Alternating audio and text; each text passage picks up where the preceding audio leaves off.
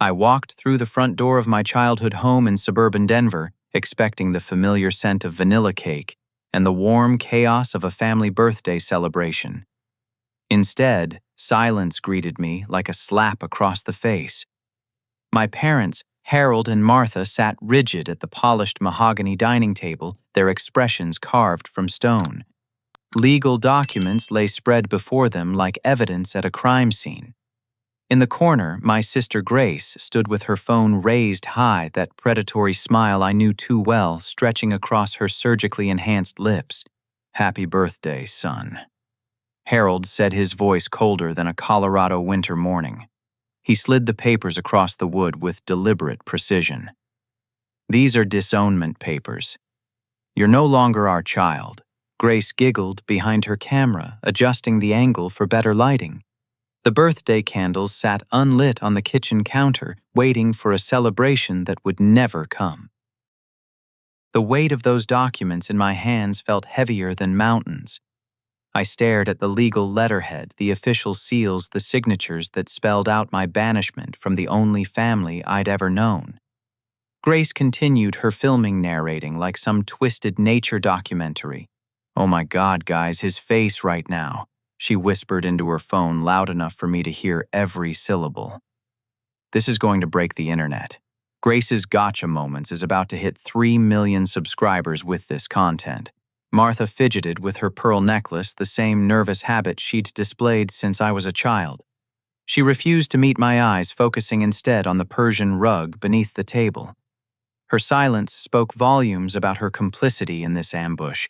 Harold leaned back in his leather chair, satisfaction radiating from his weathered features. At 62, he carried himself like a man who'd built an empire through calculated cruelty.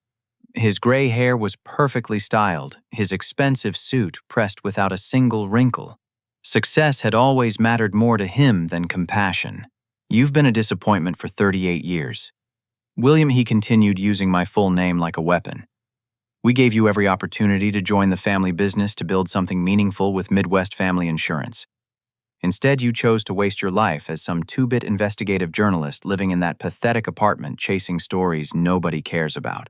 Grace zoomed in on my face, hunting for the breakdown she needed for maximum viewer engagement. Her pink BMW keys jangled from her manicured fingers, a reminder of the luxury lifestyle she'd built on manufactured drama. At 28, she'd transformed herself into a social media caricature, all artificial curves and calculated controversy. "Tell them about the grandchildren, Mom," Grace prompted, still recording. "Tell them how he's too selfish to give you grandchildren." Martha finally spoke, her voice barely above a whisper. "We're 61 and 58 years old, Willie. We wanted to hold our grandchildren, to leave something behind for the next generation. But you've made it clear that your career matters more than family." The live stream notification sounds chimed constantly from Grace's phone. Comments poured across her screen viewers, calling me everything from loser to ungrateful son. She read them aloud with theatrical delight, feeding off the digital cruelty like oxygen.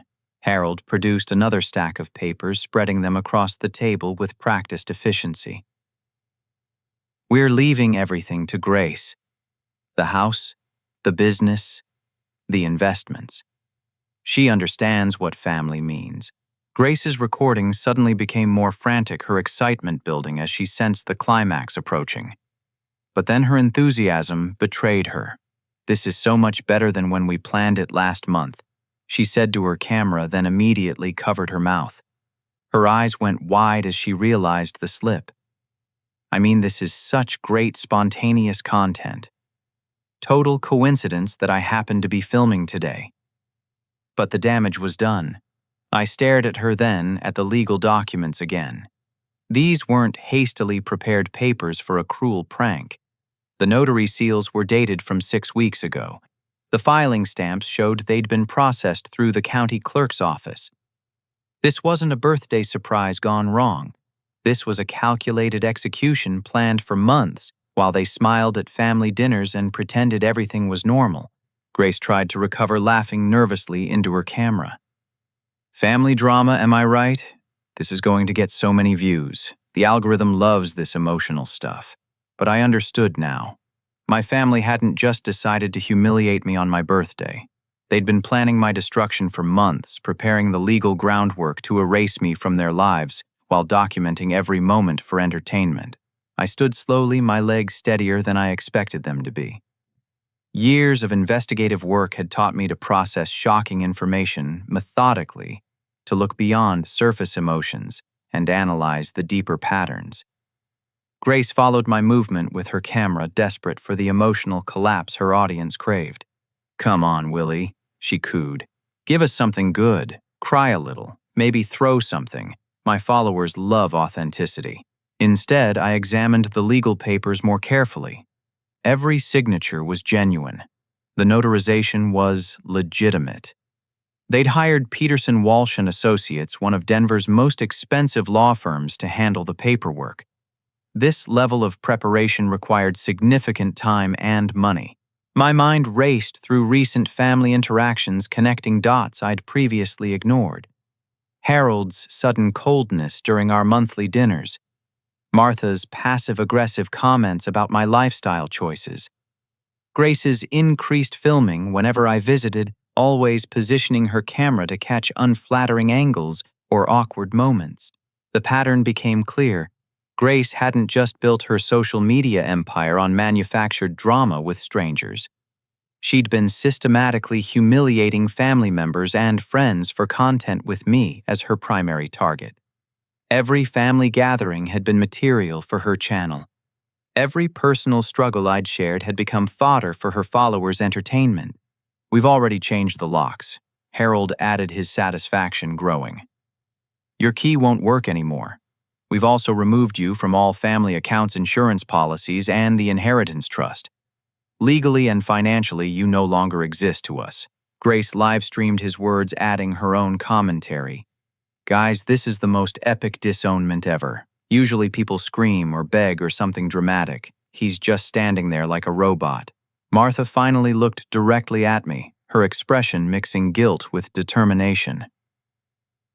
"We tried to raise you right, William. We gave you every advantage, sent you to good schools, introduced you to the right people. But you chose that trashy journalism career over everything we taught you about success and respectability. I thought about my small apartment filled with case files and investigation notes, the satisfaction of exposing corruption and helping victims find justice, the colleagues who respected my integrity and dedication, the life I'd built outside their sphere of influence and control." Harold's phone buzzed on the table. A text message from his business partner flashed across the screen before he could grab it. Something about damage control and timeline moved up. He snatched the device away, but not before I glimpsed those telling words. Grace continued her performance for the camera, building suspense for her audience. "I honestly don't know what he's going to do next. This is completely unscripted, guys. Pure reality content." The pieces clicked together in my investigative brain. The rushed timeline, the expensive legal preparation, Harold's nervousness beneath his cruel facade, Martha's guilt-ridden compliance, Grace's desperate need for dramatic content. This wasn't just about family disappointment or business succession. They were afraid of something significant enough to justify destroying their relationship with me permanently. Something that required discrediting me publicly before it came to light. I looked directly into Grace's camera lens, my voice calm and steady. "Watch the news in 2 days." Grace lowered her phone slightly, confusion replacing her predatory excitement. What does that even mean? That's so random. I set the disownment papers on the table, taking one final look around the house where I'd grown up. The family photos on the mantelpiece carefully arranged to project success and happiness. The expensive furniture that prioritized appearance over comfort. The cold perfection that had always felt more like a museum than a home. Harold's face had gone pale beneath his practiced composure. "What are you talking about? William, what news?" But I was already walking toward the door. Grace followed with her camera, her voice becoming more frantic as she sensed her dramatic moment slipping away. Wait, you can't just leave like that. Say something emotional. Fight back. Give me something I can use for the thumbnail. I paused at the threshold, looking back at the three people who'd shaped my childhood and were now erasing me from their lives. 2 days. Watch any news channel. You'll understand everything then. The door closed behind me with a soft click. Grace's muffled voice continued pleading for content through the wood, but I was already walking to my car, my phone already buzzing with the calls and messages that would change everything. My apartment had never felt more like sanctuary than it did that evening. The familiar chaos of my investigative workspace surrounded me with comforting purpose. File folders covered every surface, photographs pinned to corkboards created a web of evidence, and documents spread across my kitchen table told a story of corruption that had taken me 6 months to unravel. The investigation began purely by accident. During a family dinner 3 months earlier, Harold had mentioned an unusual surge in injury claims at Midwest Family Insurance. He'd complained about people taking advantage of the system. But something in his tone had triggered my journalistic instincts. The numbers he cited didn't match typical industry patterns, and his defensive explanations raised more questions than they answered. I started with public records, the foundation of any solid investigation. Insurance companies must file regular reports with state regulators documenting claim patterns, payout ratios, and financial stability. Midwest Family Insurance's filings revealed disturbing discrepancies. Claims approved for wealthy clients far exceeded statistical norms, while legitimate claims from elderly and disabled policyholders faced systematic denial. The deeper I dug, the more elaborate the scheme became. Harold's company wasn't just denying legitimate claims to boost profits. They were actively manufacturing false claims for friends, family members, and business associates. The fraud operated on multiple levels, requiring cooperation from medical professionals, legal advisors, and financial institutions. Dr. Richard Steinberg emerged as a key player. His clinic specialized in workers' compensation evaluations, providing medical documentation for injury claims. But his patient files revealed impossible patterns. The same injured individuals received multiple diagnoses for different body parts, sometimes on the same day. X-rays and MRI reports contained identical language despite supposedly examining different patients.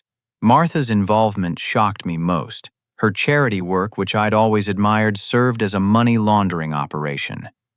Donations flowed through multiple nonprofit organizations before emerging as legitimate business income. Her social connections provided perfect cover, allowing her to identify wealthy potential fraud participants during charity galas and volunteer events. Grace's role was purely accidental, but equally damaging. Her social media posts documented a lifestyle far beyond any legitimate influencer income. Designer clothes, expensive vacations, luxury cars, and premium cosmetic procedures, all funded by insurance fraud money. Her documented expenses created a paper trail that federal investigators would find impossible to ignore. The financial records painted a clear picture. Over the past 3 years, Midwest Family Insurance had paid out over $2 million in fraudulent claims while denying approximately the same amount in legitimate ones. The money cycled through various accounts, emerging as business investments, real estate purchases, and lifestyle funding for Harold's extended network. But the scheme was collapsing. Harold's mismanagement had created cash flow problems that forced increasingly desperate measures. Legitimate policyholders were filing complaints with state regulators. Denied claimants were hiring attorneys and demanding investigations. The house of cards was trembling, ready to fall. My anonymous source inside the State Insurance Commission confirmed that regulatory investigators were already asking questions. Federal agencies had been notified due to interstate banking violations and mail fraud components. Harold's empire had perhaps weeks before official scrutiny became public knowledge. Then the realization hit me like a physical blow. Harold knew he was under investigation. Someone had warned him that questions were being asked, that records were being reviewed, that his carefully constructed fraud network was about to be exposed. And somehow he'd discovered that his own son was the investigative journalist building the case against him. The disownment wasn't about disappointment or inheritance disputes. It was damage control. By publicly severing ties with me, documenting my unstable emotional state through Grace's video, and establishing a narrative of family conflict, they hoped to discredit my investigation before it became public. They wanted to frame my evidence as revenge from a bitter, rejected son, rather than legitimate journalism from a professional investigator. Grace's social media platform would spread their version of events, painting me as vindictive and unreliable. The Disownment papers provided legal documentation of our severed relationship, supporting claims that I was biased against the family business. I looked at the evidence surrounding me, months of careful investigation and documentation. Phone records, financial statements, medical reports, witness statements, and photographic evidence. The case was airtight, supported by multiple independent sources and corroborated through various channels. Harold's plan might have worked against a vengeful son seeking family revenge, but it couldn't stand against professional journalism backed by federal investigation. My sources included FBI financial crimes, specialist state insurance regulators, and whistleblowing employees from multiple companies involved in the fraud network. Tomorrow, I would deliver my final evidence package to the federal task force. The day after, arrest warrants would be executed simultaneously across Denver. Harold's careful timeline had miscalculated by exactly 1 day. They wanted me to watch the news in 2 days. Instead, the news would be watching them. The phone rang at 5:30 in the morning, jerking me from restless sleep. FBI agent Patricia Coleman's voice carried professional urgency mixed with satisfaction. "We're executing warrants in 30 minutes, Willie. Your evidence package provided the final pieces we needed. This is going to be bigger than we initially expected." I dressed quickly and drove to my office downtown, arriving just as the first news vans pulled up outside the Denver Tribune building. My editor, Janet Richardson, was already coordinating coverage with television partners. The story that had consumed 6 months of my life was about to explode across every media outlet in Colorado. Channel 9 News led their morning broadcast with breaking coverage. Anchor Jennifer Walsh's serious expression filled the screen as the headline scrolled beneath her, "Local insurance executive charged in multi-million-dollar fraud scheme." Good morning. We begin with breaking news from federal law enforcement. FBI agents are conducting simultaneous raids across the Denver metropolitan area this morning, targeting what prosecutors describe as an extensive insurance fraud network involving millions of dollars and dozens of conspirators. The screen shifted to live footage from Harold's office building. Federal agents in windbreakers carried boxes of evidence, while Harold stood in handcuffs, his expensive suit wrinkled and his carefully styled hair disheveled. His expression mixed shock with rage as reporters shouted questions he couldn't answer. Meanwhile, Grace was live streaming from the family home when agents arrived with a search warrant. Her followers watched in real time as federal investigators seized computers, financial records, and luxury items purchased with fraud proceeds. Grace's panic was genuine this time. No performance or theatrical tears for social media content. "Oh my God, guys, what is happening?" She screamed into her phone, running from room to room as agents methodically documented evidence. "This has to be some kind of mistake. We're good people. We're a good family." Her viewers' comments shifted from supportive to savage as news reports provided context. Followers who had admired her lifestyle now realized they'd been watching crimes unfold through carefully curated social media posts. Sponsors began canceling partnerships within hours as her brand became toxic overnight. Martha's arrest at Denver International Airport provided the day's most dramatic footage. She'd attempted to flee to her sister's house in Phoenix with 3 suitcases containing over $100,000 in cash. Airport security cameras captured her collapse when federal agents approached her carefully maintained composure, finally cracking under pressure. The booking process became local news when Martha fainted during fingerprinting. Paramedics rushed her to the hospital where she remained under guard while doctors evaluated her condition. Her pearl necklace and designer clothing looked absurd against the institutional hospital gown. Dr. Richard Steinberg was arrested at his clinic while examining a patient. The irony wasn't lost on news reporters who noted that the man who provided fraudulent medical reports was taken into custody in an actual medical setting. His clinic was immediately shut down, pending investigation, leaving legitimate patients scrambling for alternative care. As the day progressed, the scope of the conspiracy became clear. Federal prosecutors announced charges against 17 individuals across 5 states. The fraud network had operated for over 3 years, stealing approximately $4 million through false claims while systematically denying legitimate coverage to vulnerable populations. Channel 9's investigative reporter Michael Torres provided detailed analysis during the evening broadcast.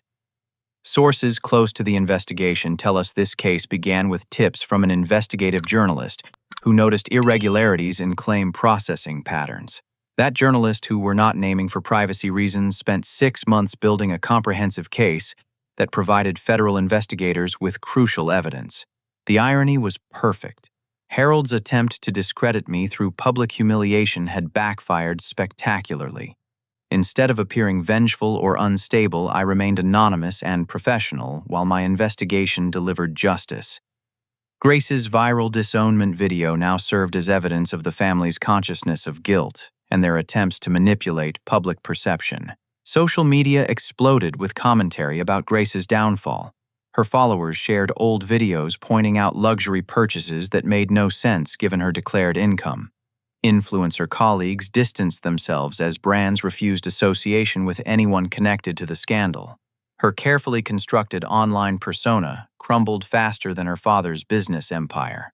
Legal experts on television explained the charges in detail. Mail fraud, wire fraud, money laundering conspiracy, and racketeering counts carried potential sentences totaling decades in federal prison.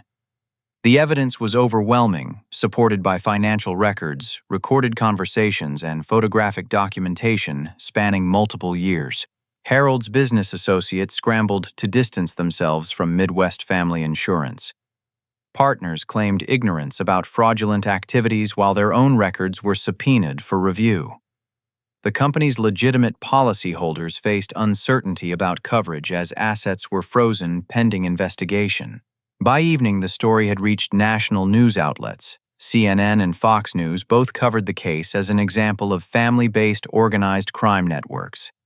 The contrast between the family's public image and criminal behavior provided perfect television drama without scripted content. As I watched the coverage from my apartment, my phone buzzed constantly with interview requests from major media outlets. I declined them all, maintaining professional distance from the story I'd helped create. My role was investigative journalism, not celebrity commentary. The evidence spoke for itself. Harold's empire was finished. Grace's influencer career was destroyed. Martha faced years in federal prison. And somewhere in their comfortable suburban life turned nightmare, they were beginning to understand exactly what I'd meant about watching the news. Justice was finally arriving exactly 2 days late. The phone calls started before dawn. Harold's voice crackled through the jail's outdated communication system, desperation bleeding through his usually controlled tone. "William, son, we need to talk. This whole thing has gotten completely out of hand." The birthday situation was just Grace being dramatic for her followers. You know how kids are these days with social media. I listened silently as he constructed a narrative that bore no resemblance to reality. According to Harold's version, the Disownment papers were props for Grace's video content. The legal documents were somehow fake despite their official seals, and the entire family had been playing an elaborate joke that went too far. "The investigators are asking about you asking if there's some kind of family vendetta involved here." I told them absolutely not, that you're a respected journalist who would never let personal feelings interfere with professional ethics. "We can fix this together, son. Family sticks together in difficult times." His tone shifted between pleading and commanding the same manipulation tactics he'd used throughout my childhood. When gentle persuasion failed, threats emerged. "If you don't help us clear this up, William, your mother could spend the rest of her life in federal prison. Grace could lose everything she's worked for. Is your pride really worth destroying the women in your family?" Martha called next, her voice broken by genuine sobs that echoed through my small apartment. "Willie, baby, please help us. I never wanted to hurt you." Grace convinced me the Disownment was just a silly prank for her channel. I didn't know she'd filed real papers. I thought it was all pretend.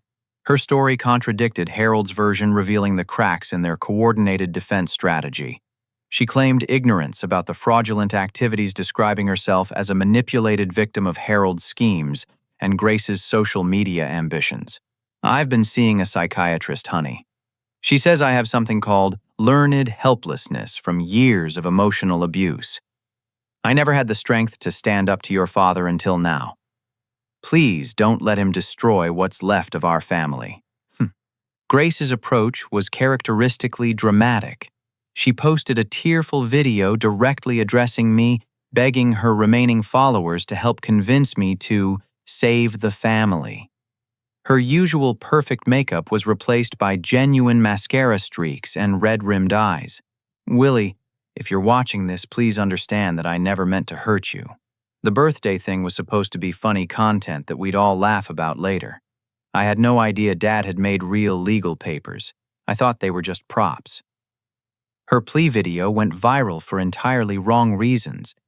Comment sections filled with viewers mocking her desperation and pointing out obvious lies in her story.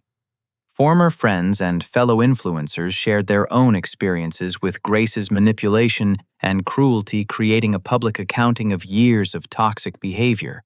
The extended family pressure campaign began within hours. Cousins, aunts, uncles, and family friends called constantly, each delivering the same basic message with slight variations.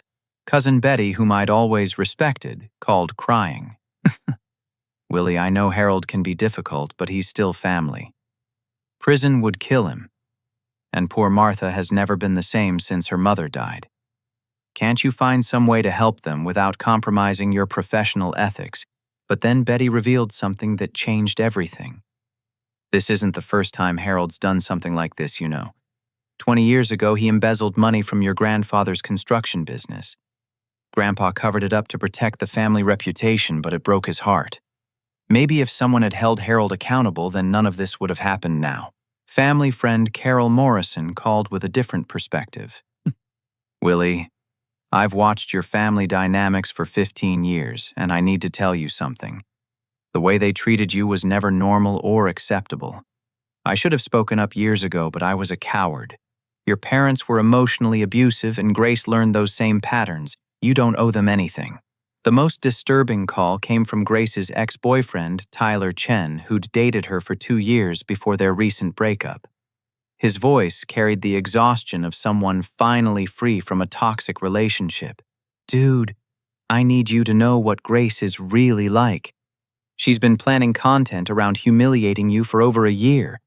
She had a whole series called Roasting My Loser Brother that she was building toward.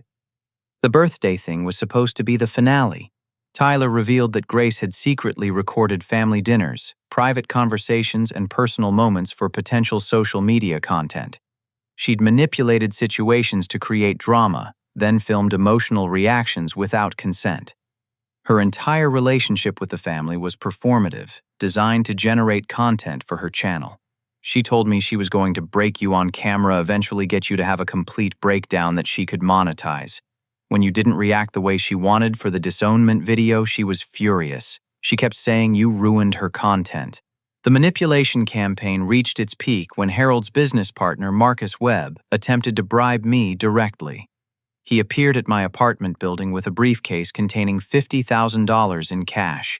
This whole investigation is based on misunderstandings and accounting errors. He explained, his nervous sweat betraying his words. If you could clarify certain details in your statements, emphasize the family conflict angle, we might be able to resolve this situation without destroying innocent people's lives. I recorded the entire conversation on my phone while he outlined specific changes they wanted to my testimony. The bribery attempt would become additional evidence for federal prosecutors, adding obstruction of justice charges to his growing legal problems. But the most revealing moment came when Grace accidentally live-streamed a coaching session with Harold. She'd called him in jail for emotional support, not realizing her phone was broadcasting to her remaining followers. Remember, baby girl, you need to cry more authentically. Real tears, not just sniffling. And mention suicide if you have to. Tell him you'll kill yourself if your career is destroyed. Men always fall for the suicide manipulation. Harold's voice continued, giving detailed instructions for manipulating me emotionally. Tell him about your mother's nervous breakdown. Make it sound like she's having a complete psychological collapse. Guilt him about putting two weak women in danger because of his professional pride. The live stream captured thousands of viewers hearing Harold coach Grace's performance in real time. Screenshots and recordings spread across social media within minutes, destroying any remaining sympathy for the family. The manipulation was exposed as calculated theater, not genuine remorse or desperation. Grace's follower count plummeted as sponsors canceled contracts and viewers abandoned her channel in disgust. Her desperate attempts to maintain relevance only highlighted her complete disconnection from reality and genuine emotion. As I listened to their increasingly frantic attempts to manipulate my emotions and testimony, I realized something profound. This wasn't a family in crisis reaching out for help. This was a criminal organization attempting to obstruct justice through the same manipulation tactics they'd used my entire life. They weren't sorry for hurting me. They were angry that their victim had finally fought back effectively. 3 months after my birthday betrayal, I walked up the stone steps of the Byron White United States Courthouse in downtown Denver. Media crews lined the sidewalk, their cameras capturing every person entering the building for the most high-profile fraud trial in Colorado's recent history. The federal courtroom was packed beyond capacity. Victims of the insurance fraud sat in the gallery, many elderly or disabled individuals who'd been denied legitimate claims, while Harold's friends collected millions in fake payouts.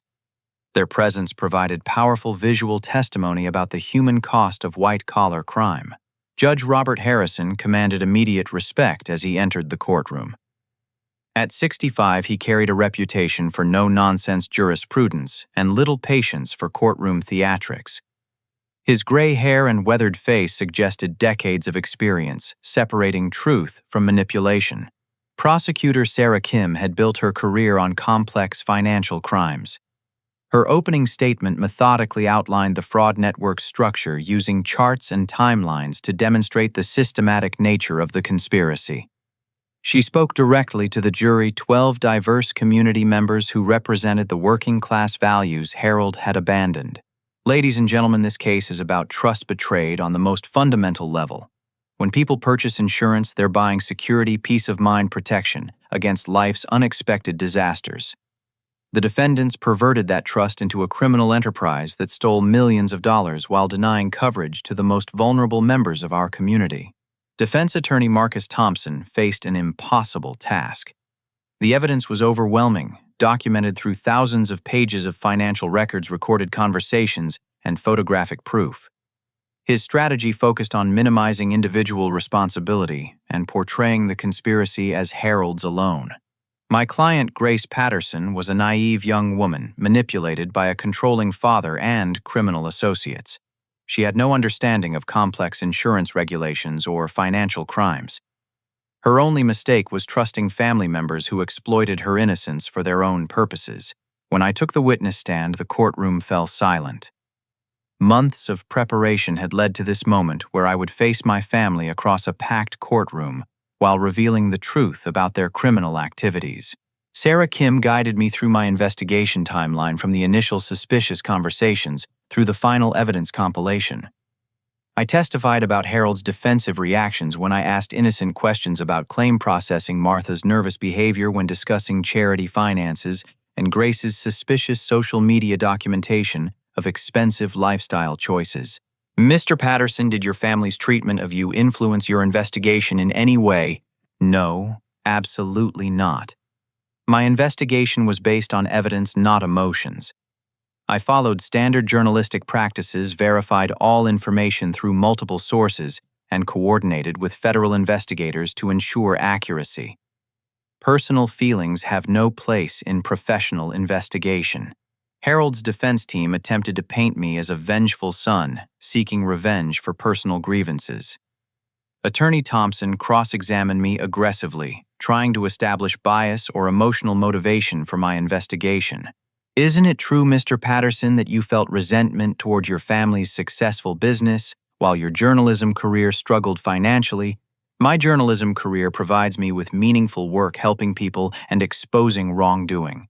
I measure success differently than some people might. But you were angry about being excluded from the family business, weren't you? I never wanted to be included in the family business. I chose journalism specifically because I value integrity over profit. The cross-examination backfired when Thompson pushed too aggressively about my motivations. My calm professional responses contrasted sharply with his increasingly desperate questions. The jury could see that I was testifying reluctantly, not vengefully. Grace's testimony became the trial's most dramatic moment. She took the stand wearing a conservative outfit that contrasted sharply with her usual social media appearance. Her attorney had clearly coached her to appear victimized and manipulated, rather than calculating and cruel. Under direct examination, she portrayed herself as an innocent daughter who trusted her father's guidance about business decisions. She claimed ignorance about insurance regulations and financial crimes, describing herself as focused solely on social media content creation. But Sarah Kim's cross-examination destroyed this carefully constructed image. She played recordings of Grace's live streams where she bragged about manipulating people for content. Video evidence showed her celebrating expensive purchases while simultaneously claiming minimal income on legal documents. Ms. Patterson, you testified that you were unaware of any illegal activities, but here's a recording of you discussing tax evasion strategies with your accountant. Can you explain this conversation? Grace's composure cracked as evidence mounted. Her attempts to maintain the innocent daughter persona became increasingly unconvincing as recordings revealed her sophisticated understanding of financial manipulation. The breaking point came when Sarah Kim played the live-streamed conversation where Harold coached Grace's emotional manipulation tactics. Grace's voice from the recording contrasted with her courtroom testimony, revealing the calculated nature of her supposed remorse. That was taken out of context, Grace protested weakly. I was upset and confused. Ms. Patterson, your father is clearly giving you specific instructions on how to manipulate your brother emotionally. How do you explain this detailed coaching session about fake suicide threats? Grace broke down, completely abandoning her prepared testimony to admit her role in the manipulation campaign. I just wanted to help my family. Everything was falling apart, and I didn't know what to do. Martha's testimony provided the trial's most surprising revelations. Her attorney had negotiated a plea agreement in exchange for cooperation against Harold. She took the stand as a prosecution witness, finally ready to reveal 20 years of psychological abuse and control. Harold made every decision in our household. I was never allowed to handle money, never permitted to have opinions about business matters, never encouraged to develop independence. When he told me Grace's birthday prank was harmless fun, I believed him. Because questioning Harold was never safe. Her testimony revealed the systematic psychological abuse that had enabled Harold's criminal behavior. Martha described years of isolation from friends and family, financial dependence that prevented escape, and emotional manipulation that destroyed her self-confidence. When the FBI agents arrested me at the airport, it was the first time in 20 years that I'd made a decision without Harold's permission. I was terrified but also relieved. Prison seemed better than continuing to live under his control. Character witnesses testified about years of observing the family dynamics. Neighbors described Harold's controlling behavior and the children's fearful responses. Teachers from Grace's school recalled concerning signs of emotional manipulation and performative behavior patterns. Carol Morrison, the family friend who'd called during the manipulation campaign, provided powerful testimony about watching the abuse unfold over years. I saw Willie's parents systematically undermine his confidence and independence. They criticized every choice he made, dismissed his accomplishments, and isolated him from extended family support. What they did to him was emotional abuse, disguised as high expectations. Fellow journalists testified about my professional ethics and investigative methods. They described my reputation for thorough research, accurate reporting, and commitment to truth regardless of personal cost. Their testimony established my credibility and professional standards. Dr. Jennifer Walsh, a forensic psychologist, testified about the psychological patterns evident in the family dynamics. She explained how Harold's narcissistic behavior created an environment where abuse was normalized and resistance was punished. The disownment ceremony was a classic example of narcissistic rage when control is threatened. Mr. Harold Patterson perceived his son's independence as a direct challenge to his authority and responded with calculated cruelty designed to destroy his victim's support system. The trial's climactic moment arrived during Harold's cross-examination. His attorney had advised him not to testify, but his narcissistic need to control the narrative overrode legal counsel. Harold presented himself as a successful businessman, victimized by overzealous prosecution and family betrayal. He maintained innocence despite overwhelming evidence claiming accounting errors and employee misconduct explained the fraudulent activities. But Sarah Kim methodically dismantled his testimony, using his own recorded statements and business communications. Phone conversations revealed his awareness of fraudulent claims processing. Email records documented his instructions for denying legitimate claims while approving fake ones. The explosion came when Sarah Kim played the recording of Harold coaching Grace's emotional manipulation tactics. His voice from the jail phone clearly demonstrated his continued attempts to obstruct justice through family manipulation. "You coached your daughter to threaten suicide in order to manipulate your son's testimony, didn't you, Mr. Patterson?" Harold's practiced composure finally shattered. "That ungrateful boy destroyed everything I built, 25 years building a successful business, and he tears it down because he's jealous of his sister's success." His outburst revealed his complete lack of remorse and his narcissistic inability to accept responsibility. The jury watched in shock as he continued ranting about family loyalty and business betrayal, completely oblivious to his confession of criminal intent. "Your Honor, the witness is clearly admitting consciousness of guilt and demonstrating obstruction of justice," Sarah Kim noted calmly. Judge Harrison gavelled Harold into silence, but the damage was done. His explosive courtroom confession had eliminated any remaining doubt about his guilt and motivations. The jury deliberated for less than 6 hours before returning guilty verdicts on all charges for all defendants. Their faces showed disgust and determination, as the foreman read count after count of convictions for fraud money, laundering conspiracy, and racketeering. As the verdicts were announced, I felt no satisfaction or revenge, only profound sadness for the family that could have been. Harold sat stone-faced as his empire finally collapsed. Grace sobbed uncontrollably as her influencer career ended in federal prison. Martha looked relieved, despite facing incarceration, finally free from Harold's psychological control. The courtroom erupted in applause from fraud victims who'd waited years for justice. Elderly couples hugged each other, disabled individuals wept with relief, and community members celebrated accountability for white-collar crime. Outside the courthouse, prosecutor Sarah Kim addressed media crews while victims shared their stories with reporters. The message was clear.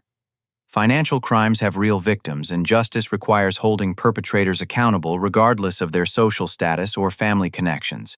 I declined all interview requests, maintaining professional distance from the story I'd helped create. My role was investigative journalism, not public commentary. The evidence had spoken eloquently enough. As I walked down the courthouse steps, my phone buzzed with messages from colleagues, sources, and community members expressing gratitude for my courage in exposing the fraud network. The investigation that had cost me my family had protected countless future victims from financial exploitation. The transformation was complete.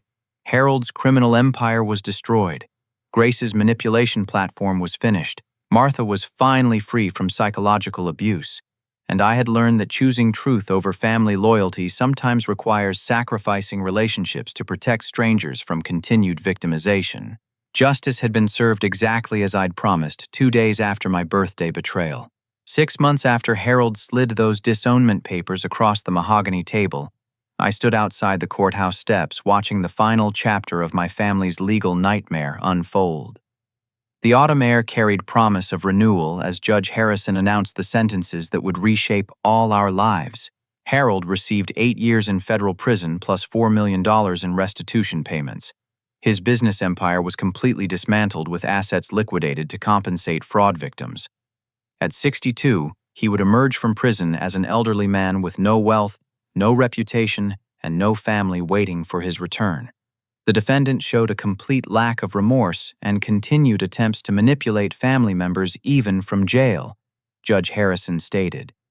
This systematic fraud victimized some of our community's most vulnerable members while enriching friends and family through elaborate criminal conspiracy. Grace received 2 years probation and 1,000 hours of community service, along with forfeiture of all assets purchased with fraud proceeds. Her pink BMW was auctioned to benefit victim compensation, along with her designer wardrobe, expensive jewelry, and cosmetic surgery investments. Her social media accounts were permanently banned for violating platform policies about fraudulent content. Ms. Patterson must learn that actions have consequences beyond social media metrics. The judge continued, community service will provide opportunity for genuine personal growth away from performative online environments.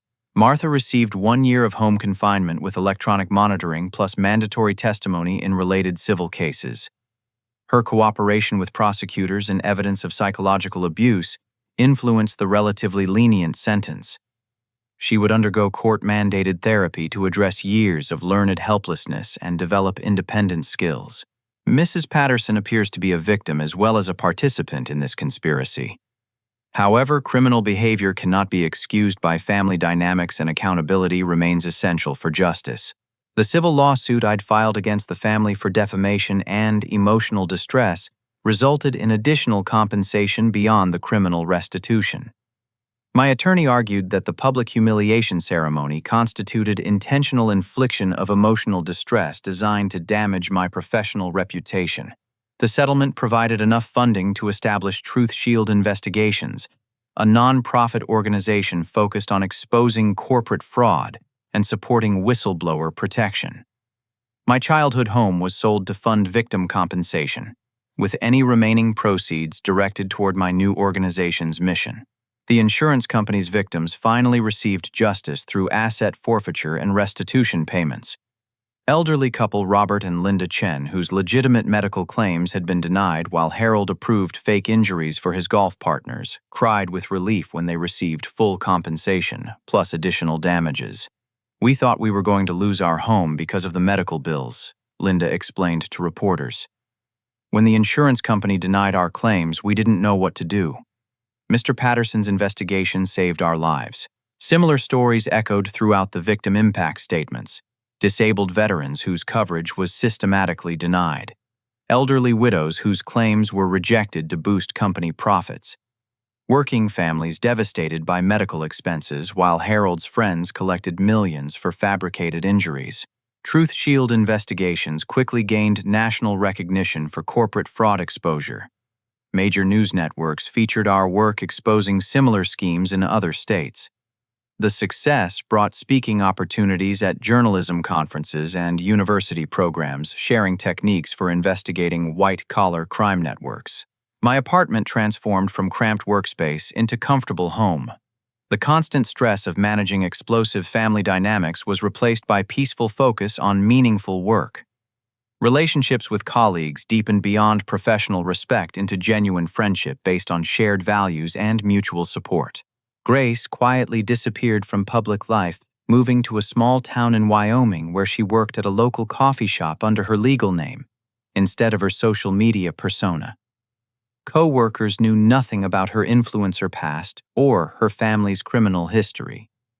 For the first time in her adult life, she experienced authentic human connections without performative elements or monetization strategies. Her community service involved reading to elderly residents at assisted living facilities. The work initially frustrated her because it provided no social media content or audience feedback. But gradually she discovered satisfaction in genuine human interaction without cameras or comment sections.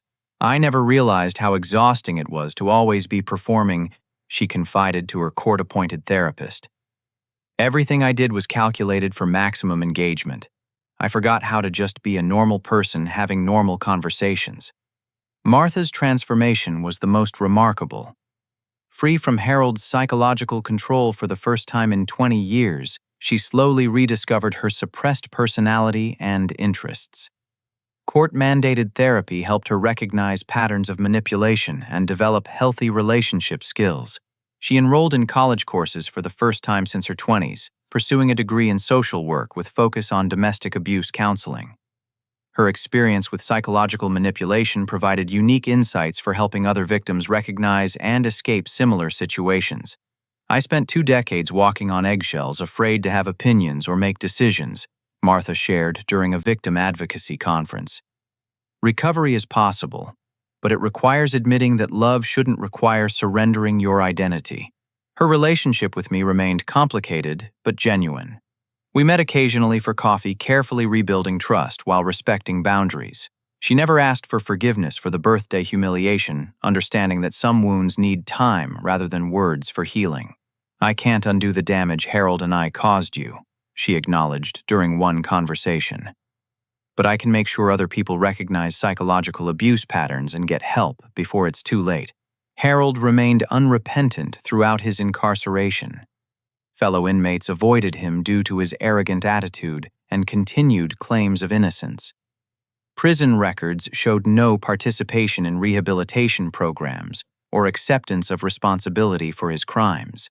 His letters to Martha and Grace contained threats, manipulation attempts, and demands for loyalty that demonstrated his continued narcissistic worldview. Both women eventually stopped reading his correspondence, focusing instead on their own healing and growth. "He still thinks he's the victim in this situation," Grace observed during a therapy session. "He can't understand that other people have feelings or rights. Everything is about him and his needs." The community response to the investigation was overwhelmingly positive. Local journalism organizations presented awards for investigative excellence and public service. The Colorado Press Association recognized Truth Shield Investigations as Nonprofit of the Year for protecting vulnerable populations from financial exploitation. Speaking engagements at universities allowed me to share techniques for investigating complex fraud networks, while emphasizing the importance of ethical journalism. Students learned about balancing personal relationships with professional responsibility, understanding that truth sometimes requires difficult choices. Investigative journalism isn't glamorous detective work, I explained to communication students at the University of Colorado. It's methodical research, careful documentation, and the courage to follow evidence wherever it leads, even when it's painful personally. The work provided deep satisfaction beyond financial success. Every exposed fraud network prevented future victims from losing their life savings to sophisticated criminals. Every whistleblower we protected encouraged others to report wrongdoing without fear of retaliation. Dr. Patricia Coleman, the FBI agent who led the investigation, became a close professional colleague. Her financial crimes unit regularly consulted with Truth Shield Investigations on complex cases requiring journalistic research techniques.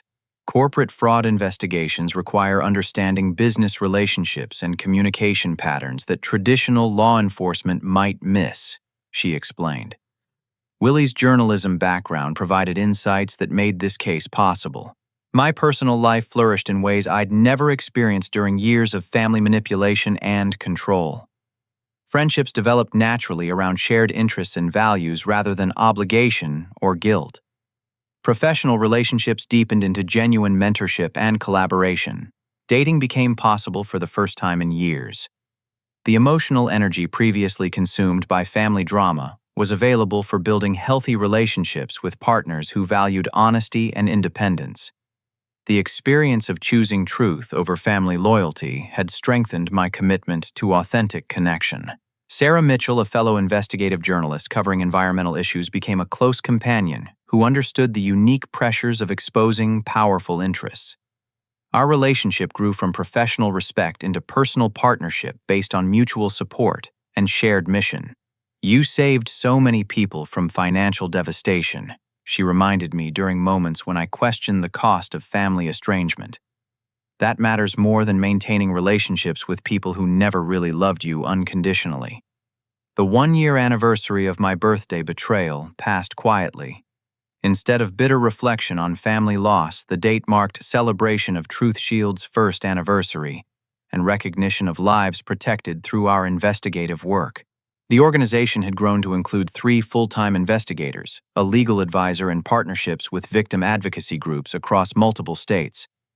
Our work exposed fraud networks in healthcare, insurance, real estate, and financial services industries. Media coverage focused on impact rather than personal drama. The story had evolved from family betrayal into systemic reform, with Truth Shield's investigations leading to legislative changes in insurance regulation and whistleblower protection laws.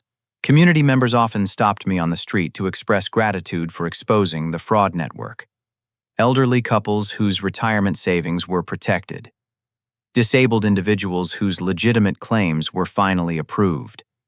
Working families whose medical bills were covered instead of denied. "I never thanked you personally," said Janet Torres, whose workers' compensation claim had been denied for 3 years. "The insurance company finally paid everything after your investigation. My family would have lost our house without your courage." These encounters reminded me why investigative journalism matters beyond headlines and awards. Every story has real people whose lives are affected by corporate misconduct. Every investigation potentially prevents suffering for families who will never know they were protected. My apartment walls now displayed journalism awards alongside photographs with sources who'd become friends, colleagues who'd become family, and community members whose lives had been improved through our work. The space reflected authentic relationships built on shared values rather than biological obligation. Evening routines included reviewing cases, planning investigations, and coordinating with law enforcement partners. The work was challenging but fulfilling in ways that family business success never could have provided. Purpose came from protecting others rather than accumulating wealth. Reflection on the birthday betrayal revealed its ultimately liberating impact.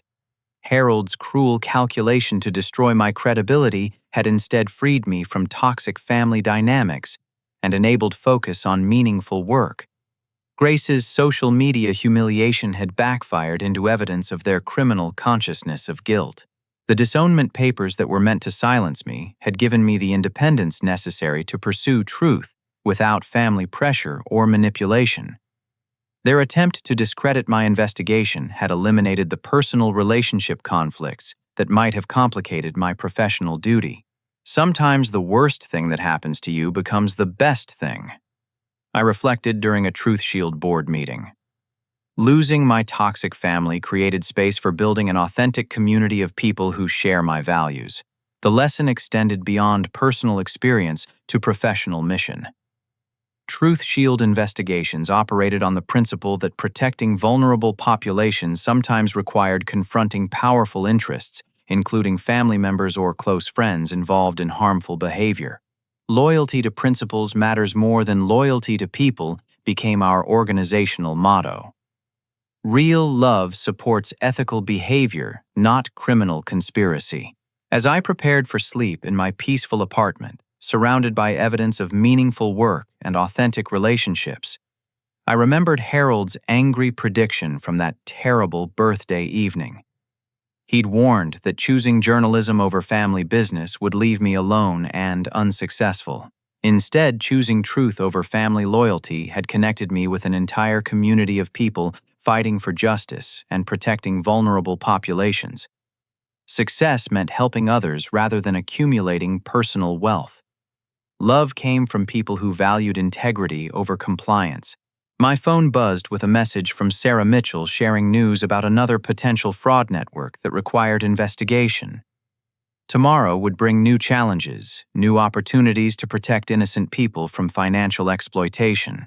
The work continued, supported by genuine relationships built on shared values, rather than biological accident or social obligation.